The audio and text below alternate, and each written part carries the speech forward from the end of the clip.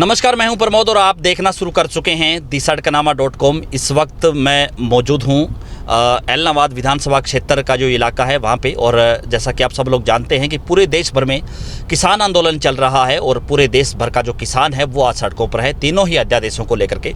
हमारे साथ इस वक्त गोकुल सेतिया हैं और किसी भी परिचय के मोहताज नहीं, आप भी इनको बहुत अच्छे से जानते हैं। निर्दलीय जो है चुनाव लड़ा इन्होंने सिरसा विधानसभा क्षेत्र से और हमारे साथ आज मौजूद हैं क्योंकि किसान आंदोलन चल रहा है। और गोकुल भी पिछले लंबे समय से, चाहे टिकरी बॉर्डर की बात करूं, सिंगो बॉर्डर की बात करूं, तमाम बॉर्डरों पर जाकर के किसानों को समर्थन किया है। और मैं आपको दिखाने जा रहा हूं कि उन्होंने अपनी गाड़ी पे भी किसान एकता का जो झंडा है वो लगाया हुआ है। और चूँकि किसान आंदोलन चल रहा है पूरे देश भर में, गोकुल क्या कहेंगे? जिस तरह से 11 दौर की बातचीत हुई लेकिन अब सब कुछ सामान्य है, किसान आंदोलन कर रहे हैं पूरे देश भर में, क्या कहना चाहेंगे इसको लेकर? देखिए, उन्होंने किसानों ने शांति का प्रतीक दिया है कि बड़े शांतिपूर्वक तरीके से जी वो शुरू से अपनी बात सरकार के समक्ष रखने का काम कर रहे हैं। 26 जनवरी को लाल किला पे जो लोग पहुंचे थे वो किसानों की जो जत्थेबंदियां थी, जो उनके लीडर्स थे, उनकी तरफ से वो रूट के अंदर जगह नहीं थी। और उन्होंने ये चीज़ कही भी है कि जो लोग वहाँ पहुँचे हैं वो गलत थे और उन पे सरकार कोई मर्जी अपनी कार्रवाई करे। और आप देख सकते हैं कि कितनी माइनस डिग्री के अंदर भी वो लोग वहाँ पर, किसान हमारे भाई, हमारी माताएं बहनें वहाँ सब संघर्ष करते रहे। और आज जब गर्मी शुरू हो गई है तो आगे आप देखेंगे कि कितना ज़्यादा तापमान होता है। और हमारे एरिया में तो गर्मी बहुत ज़्यादा होती है, लेकिन फिर भी किसान जैसे वहाँ पर डटा हुआ है उसी तरीके से डटा रहेगा। मैं भी गया था 2-3 बार, मुझे भी मौका मिला जाने का।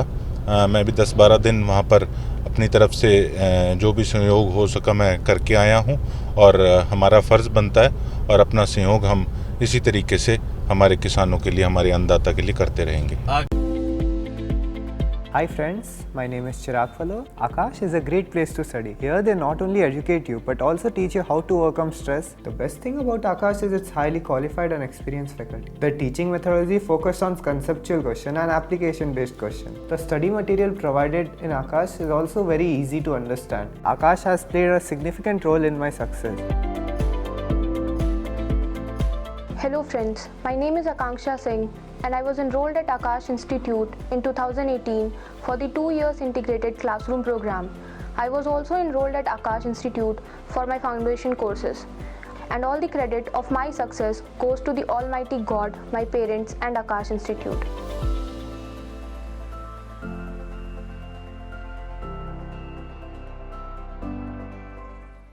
क्या लग रहा है तीनों ही अध्यादेशों को लेकर के? क्योंकि एग्रीकल्चर पूरा हरियाणा प्रदेश जो है खेतीबाड़ी से जुड़ा हुआ है।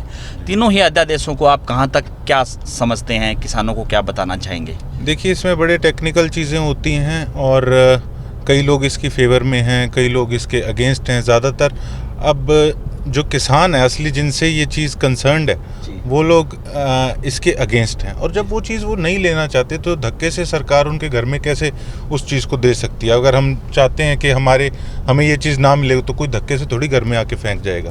तो मैं ये समझता हूँ कि ये किसानों की सहमति से ही हो, जो कुछ भी हो। अगर किसी को नहीं चाहिए, किसानों को नहीं मंजूर, तो इसको खारिज कर देना चाहिए कानूनों को। जी जी जी। गोकुल, पिछले विधानसभा सेशन हुआ, सिरसा के जो विधायक हैं गोपाल कांडा, उन्होंने भी सरकार को समर्थन किया। हालांकि किसानों ने जो है उनका बहिष्कार भी किया है, विरोध भी किया है, उनके कार्यालय के आगे भी प्रदर्शन किया है। क्या आपको क्या लगता है कि इस मूवमेंट में उनको किसानों के साथ आना चाहिए था या किसानों के, सरकार के समर्थन में उन्होंने जो बात कही? देखिए, वैसे तो मैं कोई इररिस्पॉन्सिबल व्यक्ति के लिए कोई स्टेटमेंट नहीं देना चाहता था। वो एक बड़े इररिस्पॉन्सिबल व्यक्ति हैं। उनको यही नहीं पता कि लोगों ने उनको कितना जैसे भी चुना, लेकिन वो यहाँ से हमारे सिरसा के नुमाइंदे चुन के विधानसभा तक गए हैं। और आपने देखा कि किस तरीके से उन्होंने एक किसान को, एक किसान नेता को जो कि जोधका से हैं, उनको ब्लैक शीप, काली भेड़ कहकर इन्होंने पुकारा। मैं एक बात कहना चाहूँगा कि देखिए, हर व्यक्ति के क्लैशेस किसी न किसी से होते हैं। हर व्यक्ति कोई ना कोई किसी पार्टी से संबंध रखता है। और लेकिन अगर उन व्यक्ति के बारे में हम बात करें जिनके बारे में इन्होंने ये वर्ड यूज़ किया है, तो वो केवल इनके ऑफिस के आगे प्रदर्शन करने नहीं आए किसानों की फेवर में।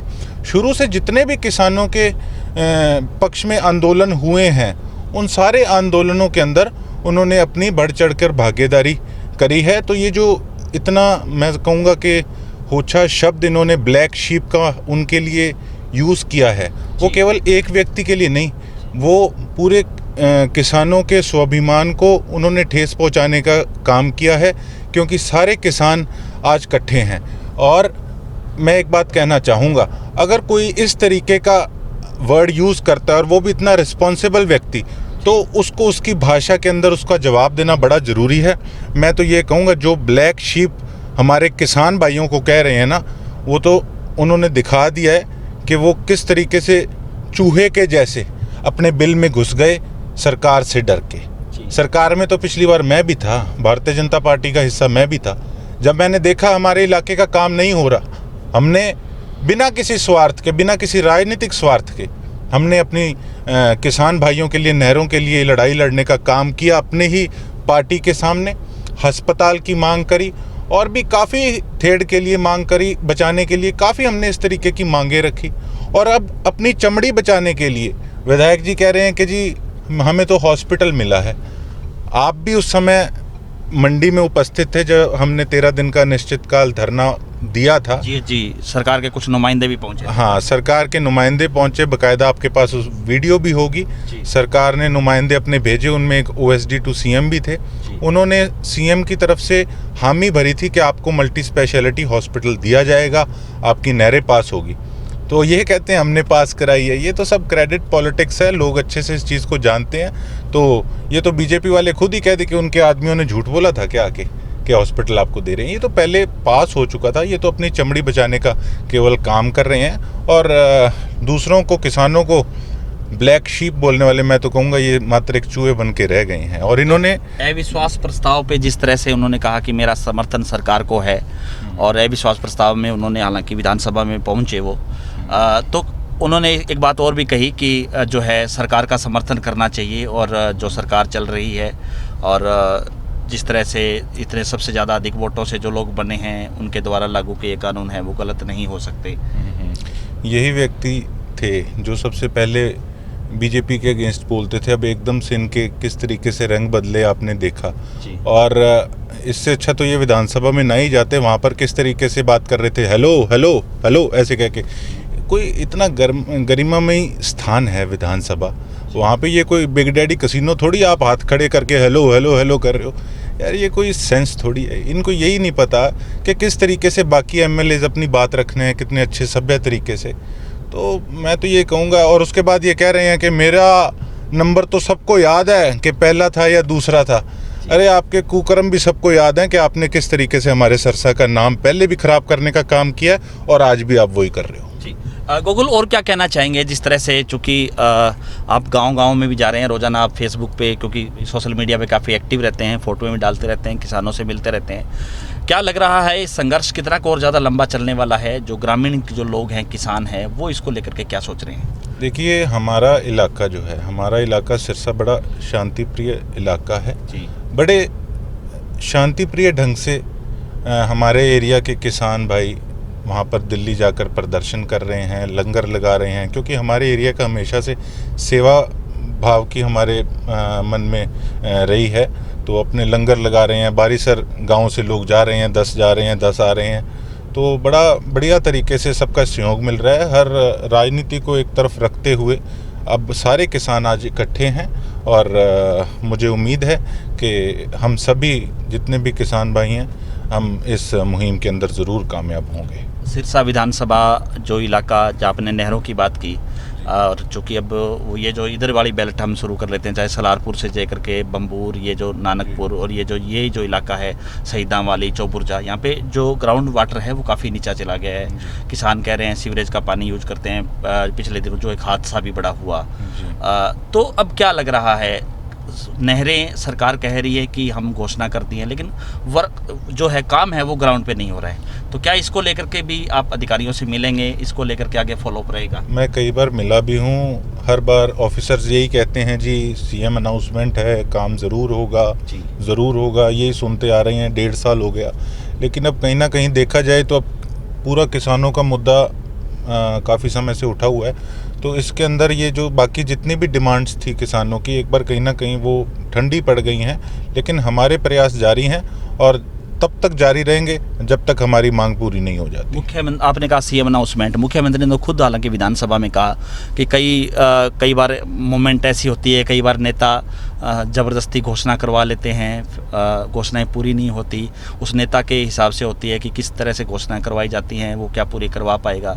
तो क्या ये घोषणा है वो सिरे चढ़ पाएंगी, क्या लग रहा है? देखिए, मुख्यमंत्री का जो ओहदा होता है वो एक बड़ा रिस्पॉन्सिबल व्यक्ति का ओहदा होता है। कोई धक्के से किसी से इस तरीके से नहीं खिलवा सकता। आज किसी एसएचओ से खुलवाना हो ना धक्के से, तो धक्के से एसएचओ भी नहीं कोई चीज़ लिख सकता या कुछ अपनी टिप्पणी कर सकता, वो तो मुख्यमंत्री हैं। ये कहने की बातें होती है, और सीएम अनाउंसमेंट का मतलब ये है कि जो जुबान दे दी मुख्यमंत्री ने, तो उनको ये चीज़, उनका फ़र्ज़ बनता है कि जो उन्होंने अनाउंसमेंट करी है उसको वो पूरा करने का काम करें। तो और क्या लग रहा है आगे की क्या रणनीति रहेगी हल्के को लेकर के? बिल्कुल जी, हमारी तो जैसे कि मैंने पहले कहा था कि जीतें बेशक हारें, हम हमारे इलाके की जनता के लिए बेशक गांव में, बेशक शहर में, हर प्रकार से अपनी सेवाएं लोगों को देने के लिए हाजिर रहेंगे। अब कई बार मुझे भी निराशा होती है कि जब मैं लोगों के काम चाकर भी नहीं कर पाता, क्योंकि देखिए बड़ा फ़र्क होता है सत्ता में होना या ना होना। लेकिन एक बात मैं ज़रूर कहना चाहूँगा कि अगर मैं सत्ता में होता भी, तो अब तक तो मैं किसानों के हक़ में सबसे पहले अपना इस्तीफ़ा दे चुका होता। लोग कहते हैं कि कहने में और करने में बड़ा फ़र्क होता है, नेता तो सारे ये कहते हैं, और हार के तो खासकर यही बोलेंगे कि मैं होता तो सबसे पहले देता। लेकिन मैंने अपने चुनाव से पहले एक बात कही थी कि मैं ना तो एक पैसा वोट का किसी को दूंगा, ना एक बोतल शराब की किसी को दूंगा, क्योंकि हम नशे के खिलाफ थे और आज भी नशे के खिलाफ हैं। तो मेरी करनी और कहनी और करनी में कोई अंतर किसी प्रकार के ना पहले आया है। और देखो, कोई अपना दिल खोल के तो दिखा नहीं सकता, लेकिन इतना ज़रूर है, मुझे इस चीज़ का दुख ज़रूर होता है कि अगर मैं होता सरकार में तो सबसे पहले इस्तीफ़ा देकर किसानों के पक्ष में बैठने का काम करता, और मुझे बड़ी खुशी होती ये काम करके कि ये सारी उम्र की मेरी एक हिसाब से कमाई होती। जी, जिस तरह से अभय सिंह चौटाला ने इस्तीफ़ा दिया है और निकट भविष्य में चुनाव भी होंगे एलनाबाद विधानसभा क्षेत्र में, अब क्या लगता है परिस्थितियां कुछ बदलेंगी या वैसी ही रहेंगी जो चुनाव के दौरान थी? देखिए, बिल्कुल, मैं तो एक बात कहना चाहूँगा, चौटाला साहब ने जो इस्तीफ़ा दिया है, जो उन्होंने हौसला करा है, आज सारे कोई भी पार्टी है वो चिंतित है कि उन्होंने ये बलिदान दिया, और सारी उम्र किसान भाई इस चीज़ को याद भी रखेंगे कि इन्होंने हमारे लिए सैक्रिफाइस करने का काम किया था। और इनके इस्तीफ़े को देखते हुए कांग्रेस पार्टी ने कहीं ना कहीं, मैं तो ये कहूँगा, अपनी जान छुड़ाने के लिए अविश्वास प्रस्ताव भी रखा। उनको चाहिए था कि 30 के 30 वो अपना इस्तीफ़ा देने का काम करते, और ये एक बहुत बड़ा झटका होता सरकार को अगर 30 सीटों पर बाई इलेक्शन आ जाए, तो कहीं ना कहीं बड़ी संकट की स्थिति भी पैदा हो जाती है। लेकिन उन्होंने अपना पलड़ा छुड़वाने के लिए कहीं ना कहीं अविश्वास प्रस्ताव अपना पेश किया। लेकिन मैं ये कहूँगा कि वो भी एक अच्छा इनका गेम प्लान था, क्योंकि उसमें ये पर्दाफाश हो गया अच्छे से कि जो कुछ नेता किसानों के बीच में आकर कुछ बोलते थे कि हम तो आपके हैं, और वहाँ पर जाके कुछ बोलते थे, तो कहीं ना कहीं वो क्लियरिटी भी, एक ट्रांसपेरेंसी भी आई है कि कौन असल में किसानों के साथ है उनके संकट की घड़ी के अंदर, और कौन उनके अगेंस्ट है। जी, धन्यवाद। तो लगातार हमारे साथ बने रहिए और इस वीडियो को आप ज़्यादा से ज़्यादा शेयर ज़रूर कर दीजिए। लगातार हम मिलवाते रहेंगे आपको तमाम जो इलाके के जो नेता हैं उनसे भी, और किसानों की आवाज़ भी बन करके आपके सामने होंगे। इस वीडियो को आप ज़्यादा से ज़्यादा शेयर कर दीजिए। फेसबुक पे देख रहे हैं तो हमारे चैनल को फॉलो कर दीजिए। अगर यूट्यूब पे देख रहे हैं तो चैनल को सब्सक्राइब करना ना भूलें। बहुत बहुत शुक्रिया।